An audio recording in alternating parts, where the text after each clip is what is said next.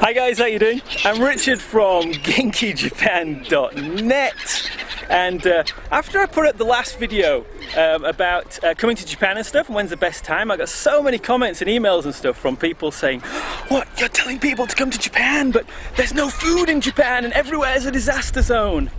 Well, no, luckily it's not. You know, as you look around, most of the places are pretty much as normal, and everything's going on like that. And if you want to reevaluate whether you want to come to Japan or not, it's more a case of where you want to go.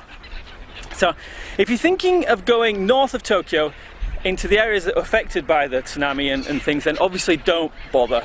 This stuff's still in a real big mess. There's no infrastructure, people still in evacuation centres, and if you went up there, you'd just be getting in the way, to be honest.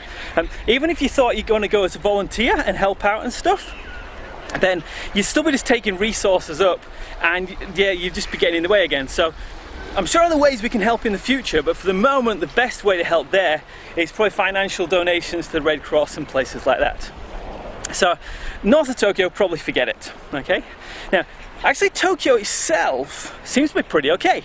So the earthquake was quite big there, but it didn't cause that much damage. And Tokyo now is pretty much back to normal, like it always has been. Now, some of you might be reading the newspapers and get a little bit scared about all the radiation and stuff, but really, you know, anything that you don't understand too much can be scary. And you just got to understand that the press prey on that. They really take things that people don't understand and make it seem a whole lot worse than it actually is. I studied nuclear physics for 4 years. Believe me, the situation then, if it was normal, it'd be bad. But compared with the tsunami and the earthquake, the radiation thing is really a non-status, a non-event really. Nobody's died from the radiation stuff, and if you're talking about illnesses and stuff like that, there are going to be way more people getting ill from smoking in Japan than ever will from the Fukushima reactors and stuff. So little knowledge really helps you there. I mean, I'd really recommend, if you're worried about it still, get a good physics textbook, learn a bit about nuclear physics, and it all becomes a lot clearer, and you really see that in this case, even the worst case scenario, it's going to be nowhere near as bad as what people are saying about it. So, as I say, smoking is way more dangerous for you.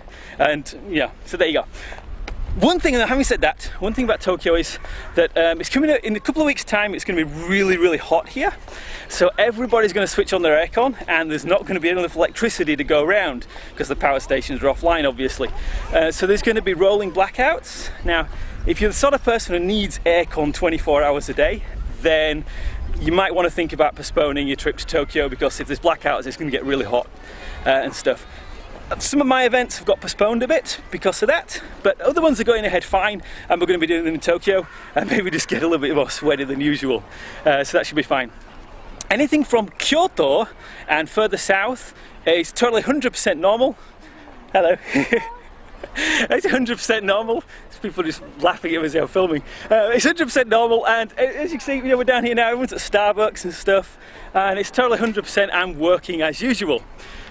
Because the mood's different. You know, people are very much into the let's get back to normal as quick as possible, and then we can build up the economy more and help people up north, and there's tons of like donation drives and stuff like that and things, and people are really trying their best to make things, you know, better for up there, because basically a lot of Japan looks the same. So what the images we're seeing from up there could be down here, we could be anywhere, you know. So tourism doesn't make a big part of Japan's economy, as you probably know, but if your lifestyle, if you're one of the people whose lifestyle depends on tourists and stuff, then if people suddenly stop coming to Japan, they're going to be in a lot of trouble. And because of all the exaggeration and stuff we're seeing in the media, that people are thinking that the whole country's like, when in fact it's not. You know, the country's pretty much fine. You know, if tourists stop coming, that's pretty bad for Japan. And one of the best ways you can help is come here, spend your money, help out the businesses and stuff like that, and then helps the economy grow, and it helps them put more money and more resources into helping people up north, which is what we really want. I can never say that Japan's totally safe. You can't say it's 100% safe, because one of the reasons that Japan looks so beautiful is because we're actually living on volcanoes that are shooting out of the sea. And if, same as living in California or New Zealand or wherever, there are risks always involved wherever you are. But it's up to you to, learn lots about stuff, get real information, not what you read in the newspapers. Get real information and balance things up. Do you want to spend all your life indoors and just locked away, nice and safe?